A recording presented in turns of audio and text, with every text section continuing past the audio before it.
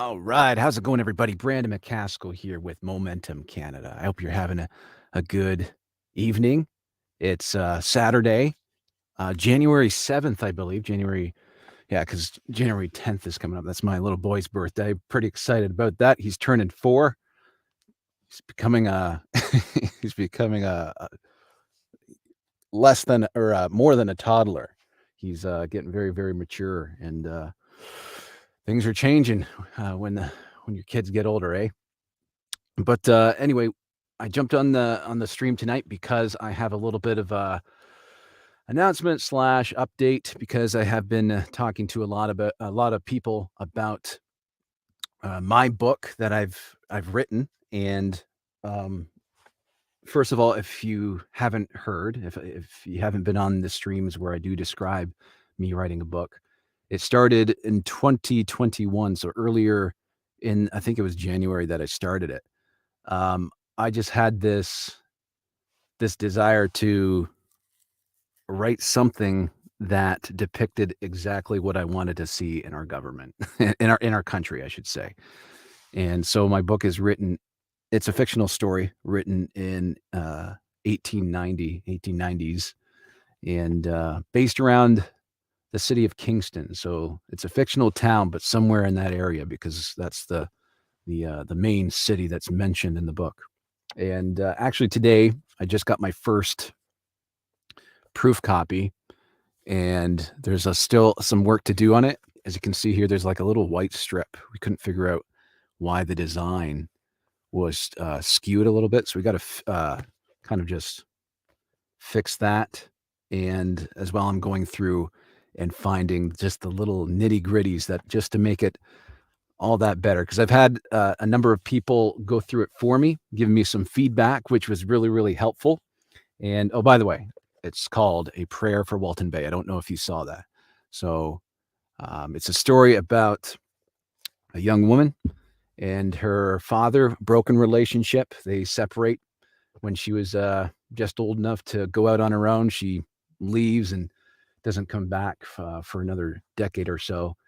Once her father dies. So she comes back with the intention of just kind of tying up the loose ends for good. And then she starts to realize who her father really was. And the story unfolds from there. And it's just, the story's entangled with these old fashioned values and just way of living that I just love. Now, I don't know about you guys, but I love watching the old-fashioned shows. I mean, I was talking to a friend of mine, and I sound so girly when I say it, but there's a show on Netflix that's really popular. It's called When Calls the Heart. And my wife started watching it, and I was watching it with her. I was just like, I wish I lived back then. And for that reason, I loved watching that show because life was just so simple.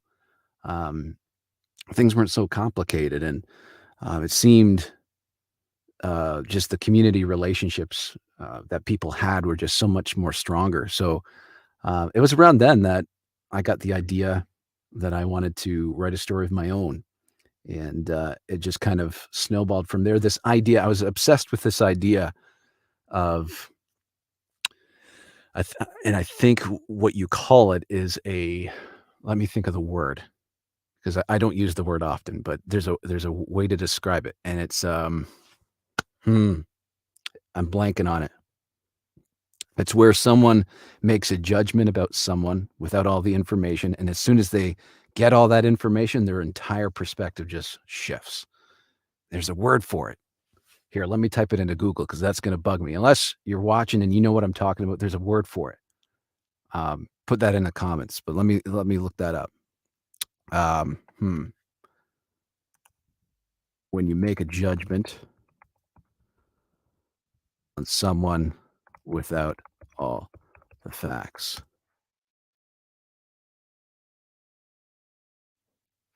No, it's not helping me. There's a word for that, guys.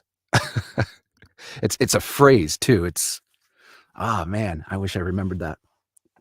But anyway, yeah, that's the premise of the book. And like I said, 2 years in the making. And it's not like I didn't spend every day on it. It was like months would go by and hadn't written anything, so it was a slow process. But I'm happy that I finished it. I'm very pleased with the storyline, and there was parts that that I had forgotten. Like when I was finishing up the book, I had forgotten that I wrote, and some of the situations are based off of personal experiences I had myself. So it was just like those memories rush back, and sometimes they're sad memories. So it brings a tear to my own eye. So I'm excited for to let you guys know when it is available. I'm expecting, because right now I'm going through it with my pen.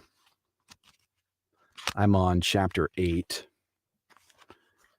I'm going through with a pen, just getting all the fine details, and there's 26 chapters, and it's incredible. I don't know if any of you have written a book, but because I wrote a book a couple years ago, and it was a lot smaller than this one because it was a kid's book, but it doesn't really matter how good of a writer you think you are or how many times you go through it. It doesn't matter how many times you go through it. There's always more mistakes to find. But that's why I think more eyes, the better. Like I said, I think I'm counting 6 friends now that have looked over it. Still waiting to hear back from 2 of them. So I'll be taking their suggestions into account. But other than that, that's my process, because I want it to be enjoyable. I don't want people to be kind of trying to sit there and figure out what I'm trying to say, right? You want it to flow. So, yeah. Anyways, that's what I wanted to jump on and talk to you guys about, because I think it is relevant, because we talk about Canadian politics here on the channel a lot. And I was, because this has been a side hobby while talking about politics and dealing with, the freedom movement and the trucker convoy and all that. But I just thought it was important to share with you guys. That's where the heart of this story started, with that desire to, I just want our country simple again. I mean, obviously technological advances and all that type of stuff has helped in many, many ways, but just I think that's a common feeling amongst people, that, you know what, sometimes they wish it wasn't so complicated. So anywho, that's what I wanted to share with you guys. I hope you're taking care of yourselves. And this Monday, I'm going to be having Brian Everett. So he's a PPC representative. He ran for PPC for the last federal election. He lost to Marilyn Gladu, who is just, seems like she'll be a lifer politician here in our area. But I'm going to have Brian on the show this Monday. We're going to talk about immigration and the Liberals' plan to have 500,000 immigrants per year by 2025. He's going to weigh in on that. I'm going to ask him some questions, because the PPC folk, they have some passion behind this particular subject. So I'm going to let him loose, and I think it's going to be a good show. So I encourage you to be a part of that conversation. That's at 12 Eastern Standard Time, 12 p.m., so noon Eastern Standard Time, Monday. And we'll have some fun. I'll have him on the channel, and it'll give you guys a chance. If you have questions, I bring those comments up on the screen so that you can watch, and so that you can have your voice heard as well. So I look forward to that. Thank you guys for watching. That's it for now. Take care. God bless.